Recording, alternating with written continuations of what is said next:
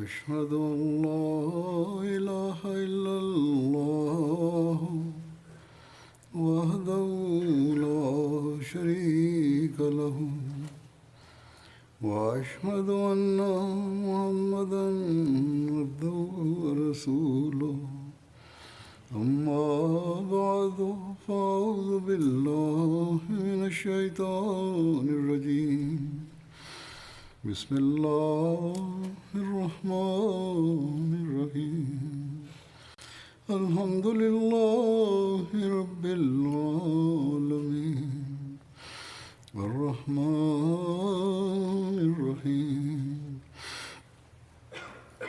مالك يوم الدين إياك نعبد وإياك نستعين اهدنا الصراط المستقيم صراط الذين أنعمت عليهم غير المغضوب عليهم ولا الضالين.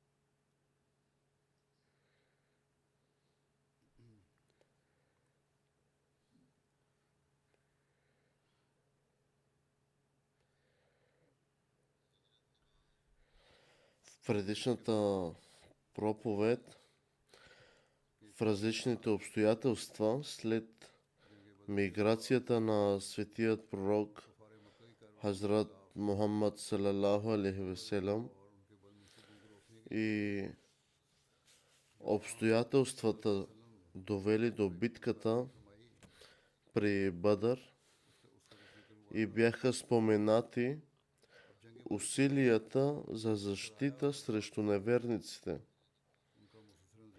Днес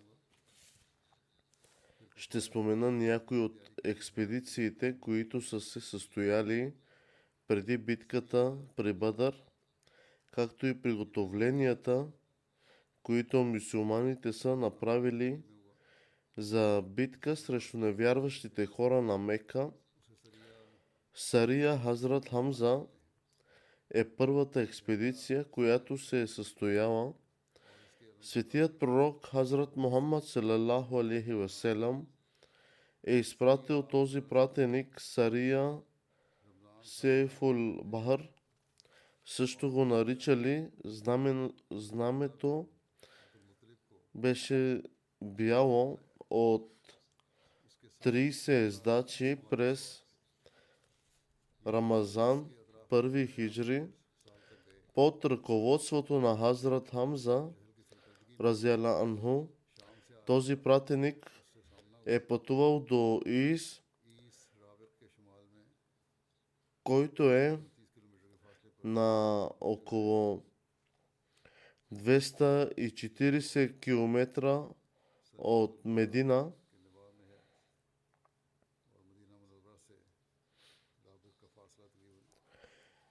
Търговските кервани често минавали от тук и когато мюсюлманският пратеник стигнал до там, се случило така, че оттам минавал керван от Мека.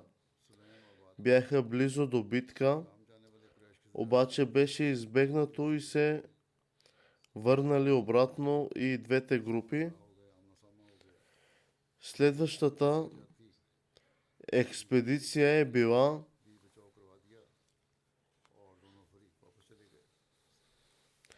Сария Убейда бин Харис, която се проведе в Шавал, първи хиджри.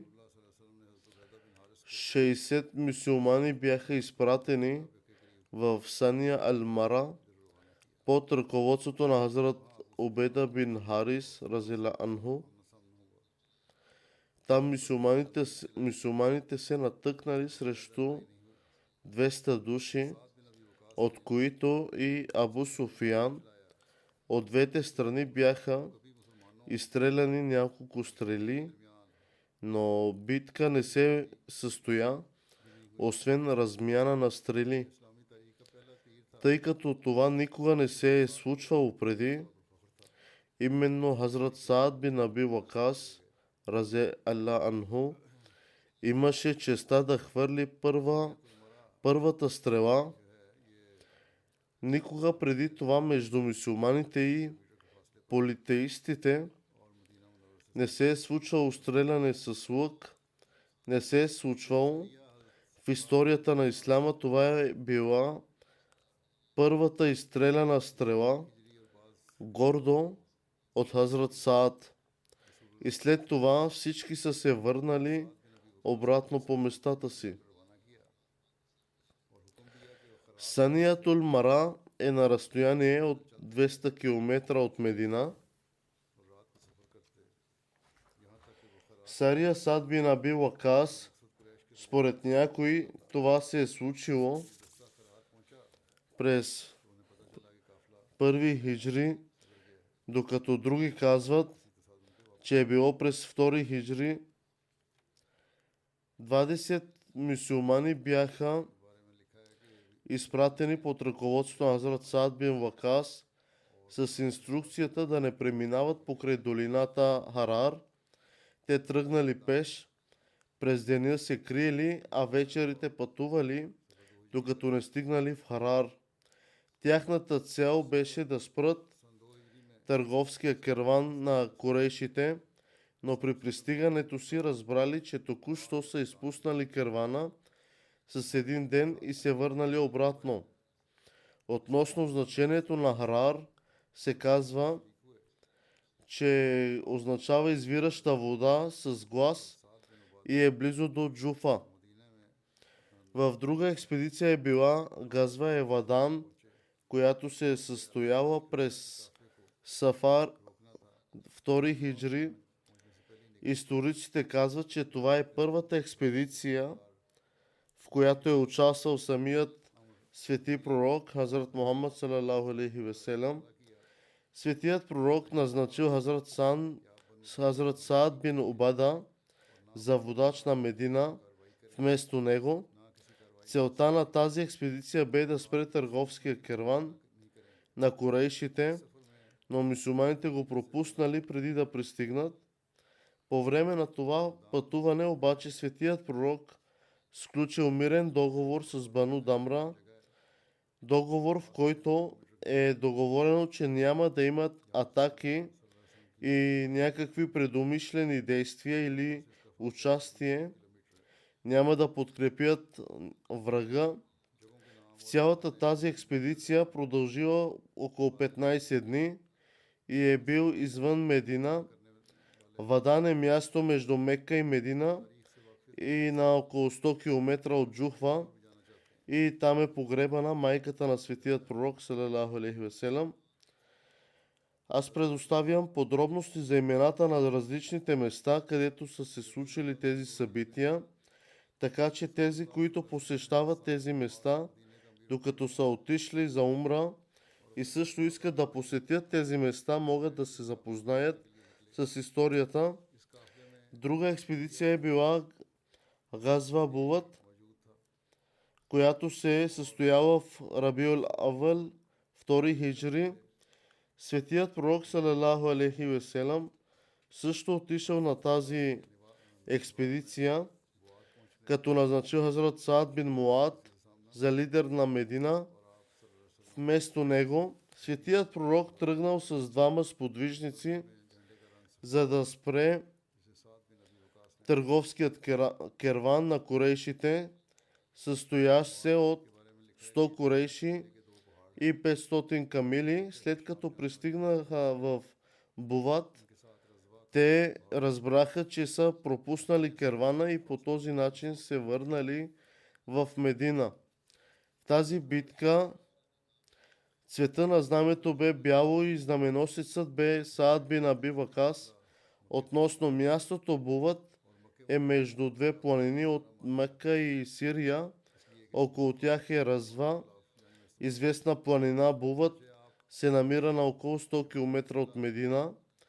Газва Ушайра, светият пророк, е научил, че търговският керван на корейшите е напуснал Мека, в която меканците са инвестирали цялото си богатство. Техните намерения били да използват печалбите от този търговски керван, за да се оборудват в опозиция срещу мюсюлманите.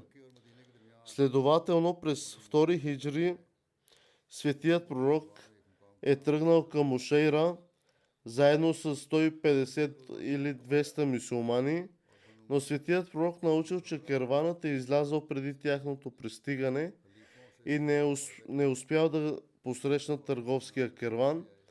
Между Мека и Медина, в околността на Бану Мудлич, място на име Машира, светият пророк е нощувал няколко дни там. Бану Мудлич и Бану Замра с представителите на тези племена са направили обещание за мирен договор и след това се върнал отново към Медина. Това е този керван, който светият пророк салалаху алейхи ва салям беше тръгнал и стигнал до Бадър. Казва Бадър ал-Ула, след завръщането на светият пророк от Ушайра, изминали няколко дни и Курс бин Джабър нападнал пасище в Медина. Заедно с някои сподвижници светият пророк тръгнал след него, но те не успели да го достигнат. Курс бин Джабър излязал бързо. Хазрат Мирза Башир Ахмад разиаллаху анху е написал относно това нападение на Курс бин Джабир. Не е бил малък бедуински акт.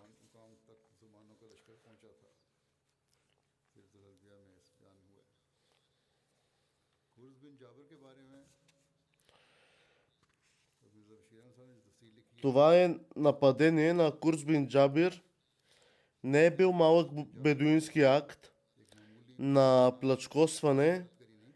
По-скоро е определено, че той е тръгнал срещу мюсюлманите от името на корейшите с конкретен мотив. В интерес на истината е много вероятно той да е дошъл със специално с намерението да нанесе нараняване на самата личност на светият пророк Хазрат Мухаммад салалаху алейхи ва салям, но след като установил, че мюсюлманите са бдителни, се спрял на този грабеж на техните камили и избягал. Това също показва, че корейшите от Мека са планирали да нападнат Медина, за да унищожат напълно мюсюлманите. Трябва също да се помни, че мюсюлманите вече са получили разрешение за джихад с меч. Преди това и в смисъл на самозащита, те са започнали да използват първоначален план за действие и в това отношение. До сега обаче те практически не са претърпели никакви загуби по отношение на богатство или живот. Нападението на Курс бин Джабир обаче на практика нанесе вреда на мюсюлманите. С други думи, дори след приемането на предизвикателството на корейшите, неверниците на практика започнали битката. Експедицията на Нахля, Абдула бин Джахш, светият пророк изпратил Хазрат Абдула бин Джахш заедно с 8 мигранти към Нахля. Светият пророк салалаху алейхи ва салям даде на Хазрат Абдула едно писмо и му каза да го отвори само след като са отминали 2 дни от пътуването. След като го отворил, Хазрат Абдула прочел писмото, което Хазрат Мусалам му го инструктирал да пътува до Нахля и да получат разузнавателна информация за движенията на корейшите. Така и направил Хазрат Абдула. Той се е подчинил и казал, че това е заповед от моя повелител, от моят пророк. Тогава Хазрат Абдула информирал придружаващите го за следните заповеди, които е получил. Той също така ги информирал, че преди да замине, светият пророк му казал да не придружава и да не принуждава никого да го придружава на мисията му. Който пожелае да го придружава. Въпреки това, той не е използвал никаква принуда относно придружаването му. Дори когато имаше възможност, никой не е решил да напусне и всички продължили напред заедно. Когато пристигнали в Нахла, те минали покрай керван на курейшите. Когато видяли мюсюлманите, те се оплашили, но когато видяли, че една от главите на мюсюлманите е обръсната,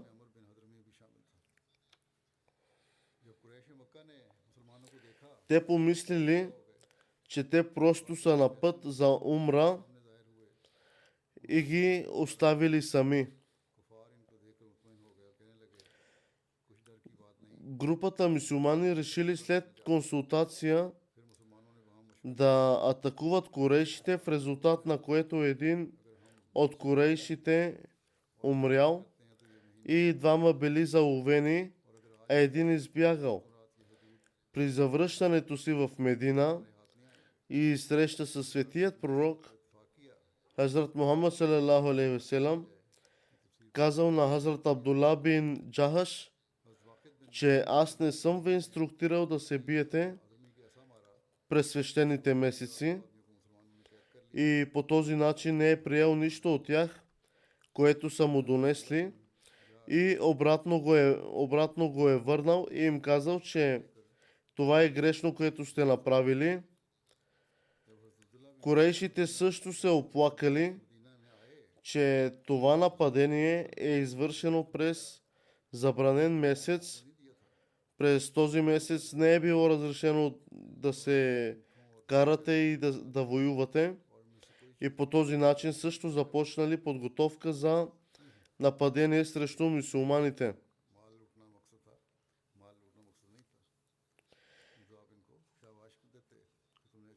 Светият пророк им казал, че вие сте сгрешили. Курейшите са вдигнали бунт и започнали силна подготовка срещу мюсюлманите. Битката при Бадър до голяма степен е резултат от тези приготовления. Започнали нападения към Медина.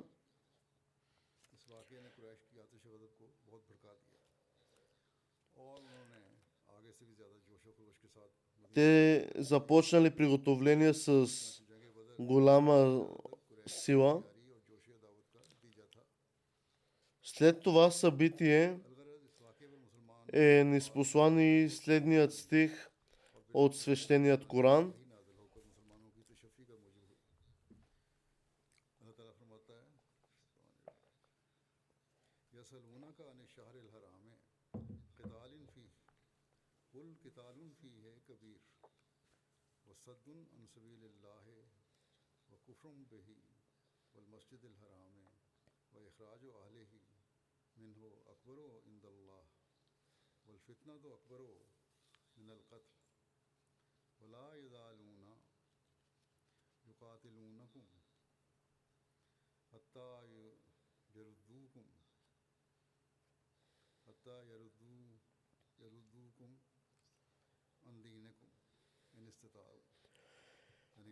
Когато те те питат те за битките през свещения месец, кажи, воюването в него през този месец е голямо прегрешение, но да спъваш хората от пътя на Аллах, да ги спираш и да бъдеш неблагодарен към него и към свещената джамия и да прогонваш хората от нея, е по-голям грях пред Аллах и преследването е по-лошо от убийството и те няма да престанат да се бият с вас, докато не ви върнат от вярата ви.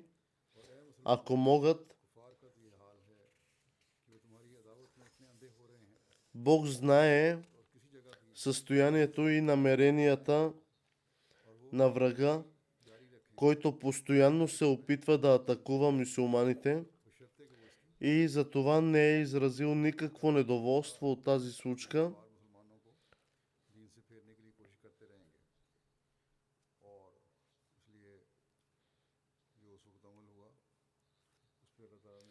Той също така знаеше, че противниците продължават усилията си да атакуват мюсюлманите, дори през забранените месеци. Следователно, откровението на този стих беше източник на облегчение за мюсюлманите.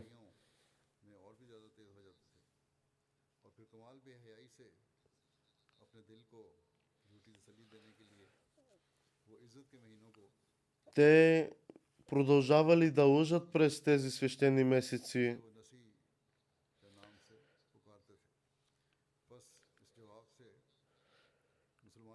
За успокоение на мюсюлманите Аллах беше ниспослал следният стих. И през това време двамата бяха освободени, които били заловени от групата на Хазрат Абдулла.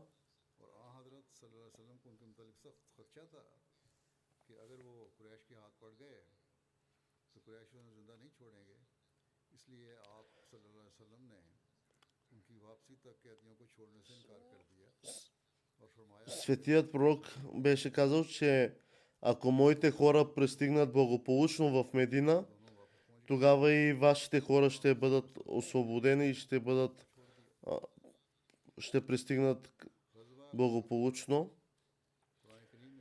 В битката при Бадър, газва Бадър Ал-Кубра, който в свещеният Коран също е наречен Ден на разграничението,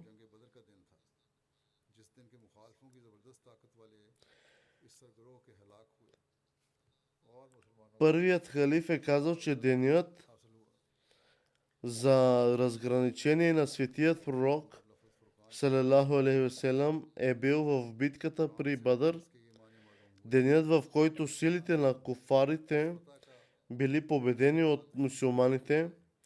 Думата Фуркан, първият халиф пояснява значението, че от Корана съм научил, че Фуркан е когато врагът е пречупен, и това бе денят в Бадър. Има няколко названия.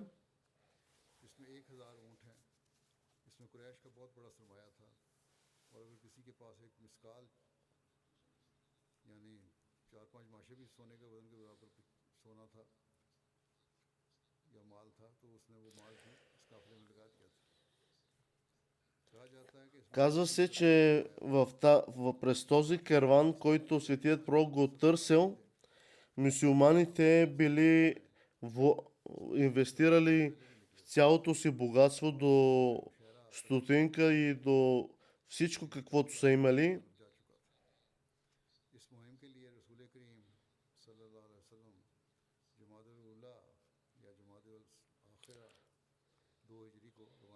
Светият пророк Хазрат Мусалам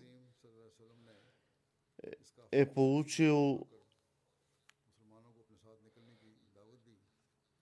получил известие за този керван,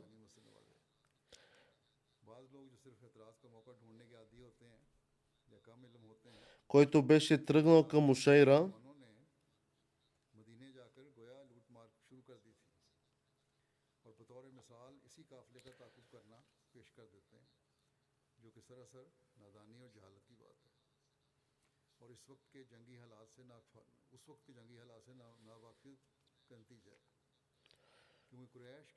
Думата Фуркан има няколко названия,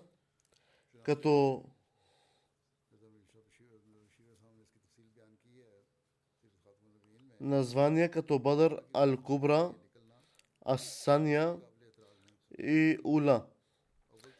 Светият пророк, салалаху алейхи васелам, бил научил, че Абу Суфиян се връща от Сирия с търговски керван на курейшите, състоящ се от 1000 камили. Това беше същият керван, който светият пророк беше тръгнал към Ушейра, за да пресрещне, но не успял. Някои, които имат познания, твърдят, че мюсюлманите са се интересували само от плячкосването на търговските кервани на курейшите. Това твърдение обаче се повдига само от онези, които не са запознати с условията по това време. В отговор на това негово светейшество е цитирал Хазрат Мирза Башир Ахмад, който е написал, че да тръгнеш за да пресрещнеш кервана изобщо не е неприемливо. Причината е, че първо този конкретен керван, който мюсюлманите са тръгнали да преследват, не е обикновен керван. Всеки мъж и жена от курейшите са имали дялове в него. Това показва, че по отношение на този керван, намерението на вождовете на курейшите е било тази печалба да бъде използвана, за да се води война срещу мюсюлманите. Историята доказва, че точно тази печалба е била използвана за подготовката на битка при Ухуд. Като такова прихващането на този керван бе необходима част от тактиката на войната, и второ, като цяло бе необходимо да се пресекат керваните на курейшите, защото те били въоръжени и щяха да минат много близо до Медина. Мюсюлманите остават в постоянна опасност от тях и е необходимо да се сложи край на това. И трето място, където и да пътуваха тези кервани, те силно подбуждаха племената на Арабия срещу мюсюлманите, поради което държавата на мюсюлманите ставаше все по-уязвима. Като такива, блокирането на преминаването им бе част от тяхна програма за защита и самоотбрана. Четвърто, препитанието на курейшите зависеше предимно от търговията и поради тази причина залавянето на тези кервани бе отлично средство, чрез което курейшите да се вразумят, да ги спрат от военните им действия и да ги притиснат към помирение и установяване на мир. Препитанието на курейшите зависеше предимно от търговията и поради тази причина залавянето на тези кервани бе отлично средство, чрез което курейшите да се вразумят.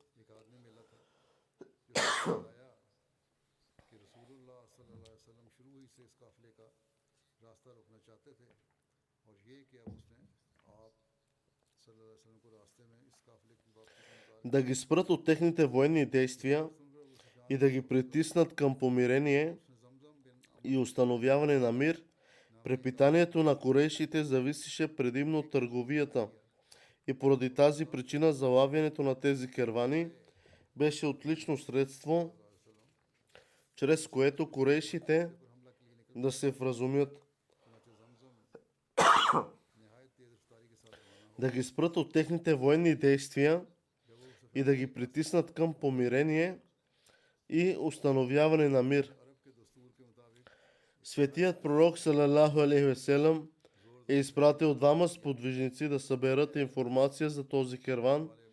Когато се върнали в Медина с информация, те научили, че светият пророк вече е отишъл и го срещнали едва когато се връщал от битката при Бадър.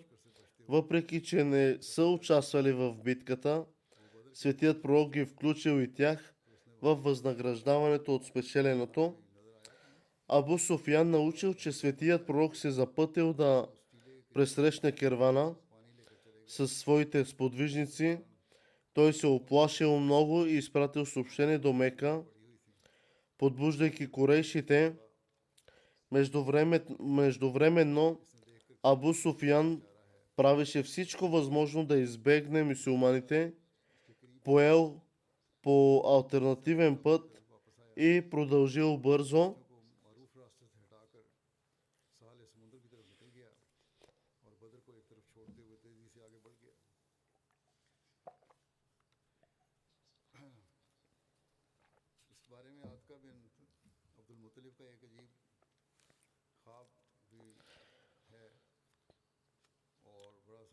Има една случка за един сън. 3 нощи преди посланието на Абу Суфиян да достигне Мека, лелята на светият пророк салалаху алейхи ва салям по бащина линия Атика бинт Абдил Муталиб видяла сън, който я накарал да се страхува от падането на меканите, т.е. на жителите в Мека.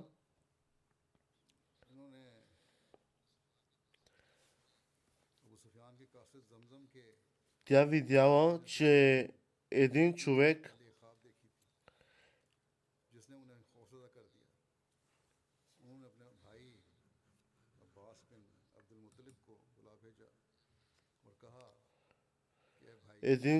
язди камила и спря между Мека и Мина,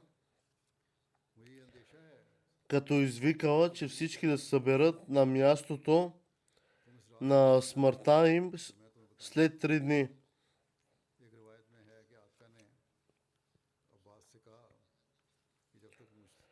В един друг случай се казва, че тя е поискала от Абу Суфиян да му бъде обещано, че той няма да разкаже сънят на друго място и на някой. И така и той е обещал. Хазрат Абас попитал какво си видяла в съня. Тя отговорила, че аз съм видяла в съня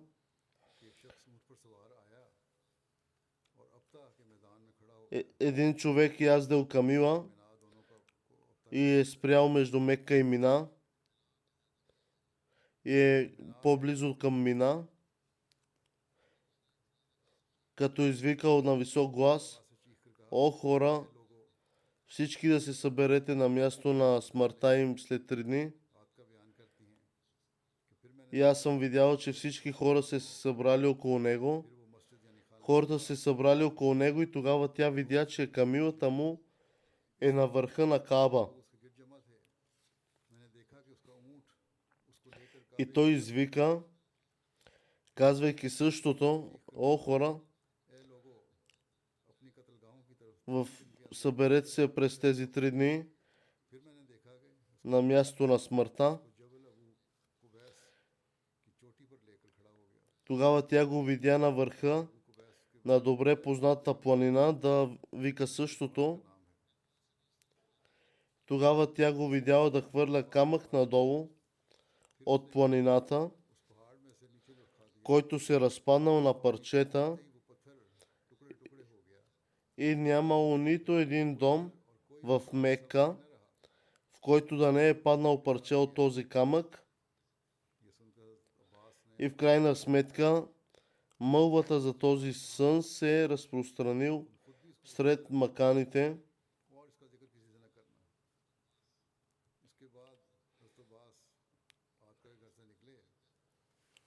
Хазрат Абас и разказал този сън на Хазрат Валид и самия той бе казал на своята сестра, че не разказва и този сън на никой друг.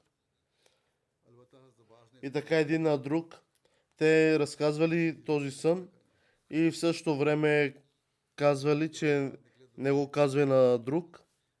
И в същото време този сън се разчул на всякъде.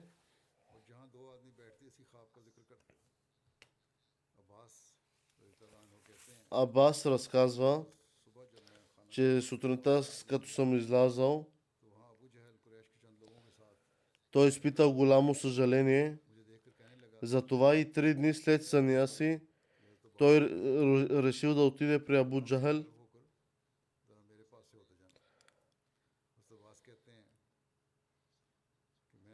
Като съм се освободил от Тоаф,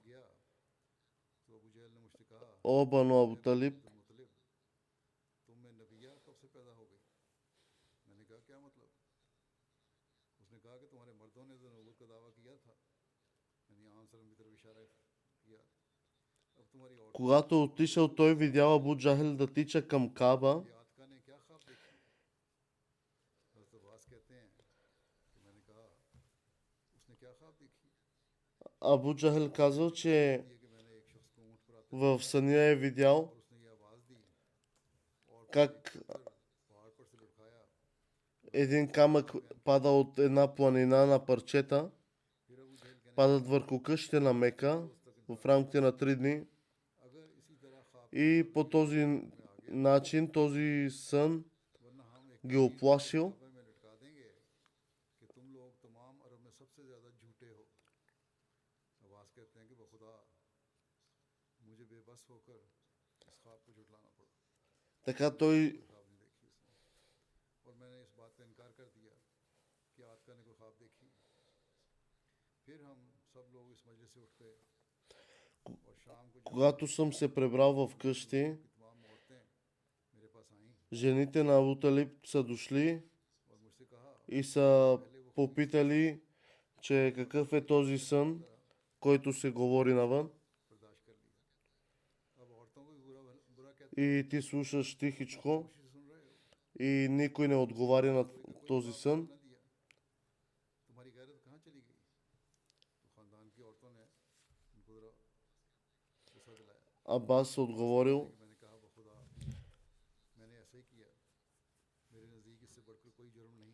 кълня се в Аллах, मैं अब इसके पास जाऊंगा और अगर उसने फिर कोई ऐसी बात कही че аз ще довърша тази работа. खिलाफी कर दूंगा।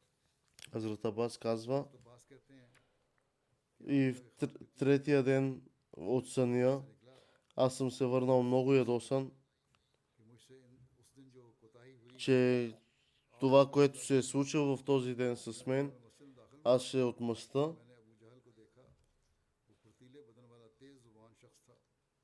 बखुदा मैं उसकी तरफ बढ़ा ताकि वो दोबारा कोई इस तरह की बात करे जैसी उसने पहले की थी। Аз ще потърся сметка за това, което са направили, но какво съм видял? भागा हुआ Видях, че когато е отишъл, той видял, че Абу Джахел тича към Каба. मैं सोचा Това беше в резултат на пристигането на пратеника на Абу Суфиян क्या वो इस खौफ и информирането на меканите भला न कहूँ।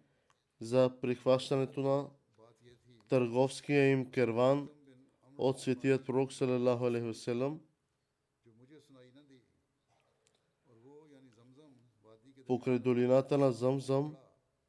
बुलंद आवाज से पुकार रहा था। उसने अपने ऊंट की नाक और Той бе наранил своята камила अपनी कमीज फाड़ डाली थी и викал на глас: कि काफिला керван, керван, спасете този керван, इस पर तुम्हारे अम्वाल तिजारत लदे हुए हैं, който идва с Абу Суфиян इस पर हमला и Хазрат Мухаммад салам सल्लल्लाहु अलैहि वसल्लम идват на битка с своя народ. गुमान में भी ये नहीं था।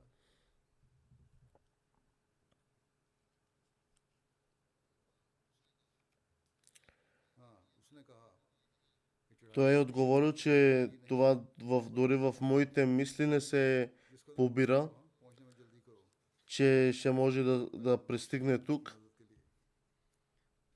बहरहाल Абас казва, अब्बास कहते हैं कि इस नए हादसे ने मुझे भी और उसे भी че в такова затруднено положение сме, че не може да обърнем внимание каквото се случва.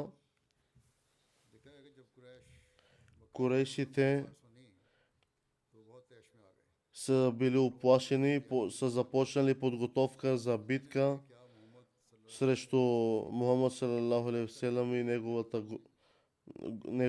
неговия народ. हरगिज नहीं।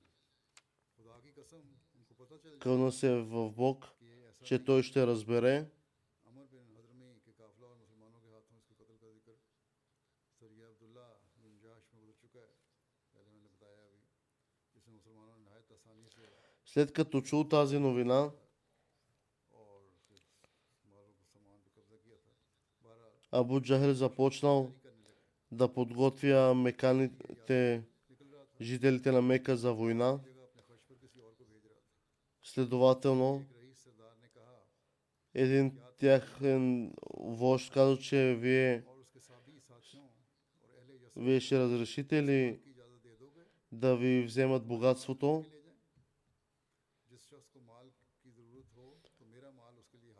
И хората започнали да спонсорират други, за да излезат на битка, да се бият с мюсюлманите.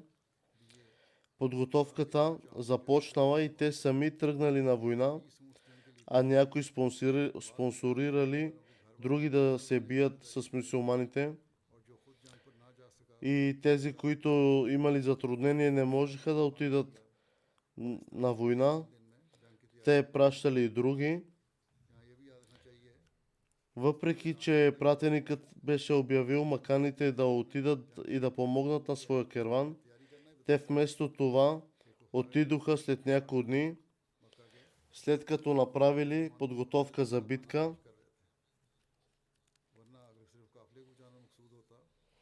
Ако са били подчинени и добри хора, тогава трябваше да изпълнят заповедта на своя вожд, а не след 3 дни да отидат да воюват. Относно вожда на корейците пише: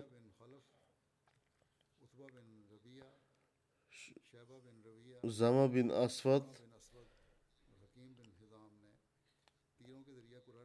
те започнали да теглят жреби дали да отидат на битка или не. Те теглили жреби за това дали да излязат на битка или не. Резултатът, от който е излязъл, заключението е, че ги съветват да не тръгват. Те били оплашени от тази битка. Въпреки това, те били принудени да отидат по настояване на Абу Джахъл.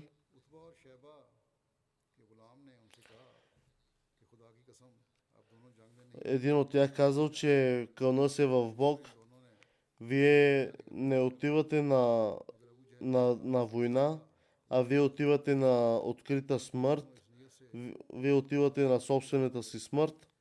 Затова аз ви казвам, не ходете, не отивайте.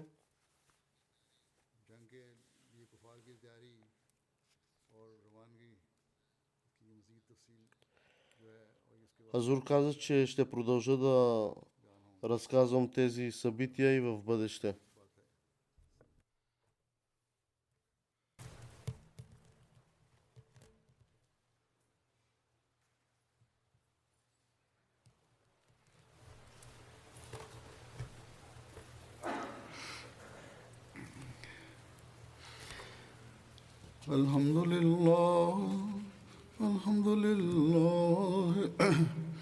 الحمد لله نحمده ونستعينه ونستغفره ونؤمن به ونتوكل عليه ونعوذ بالله من شرور أنفسنا ومن سيئات أعمالنا من يهده الله فلا مضل له ومن يضلل فلا هادي له ونشهد أن لا إله إلا الله ونشهد أن محمدا عبده ورسوله عباد الله رحمكم الله إن الله يأمر بالعدل والإحسان وإيتاء ذي القربى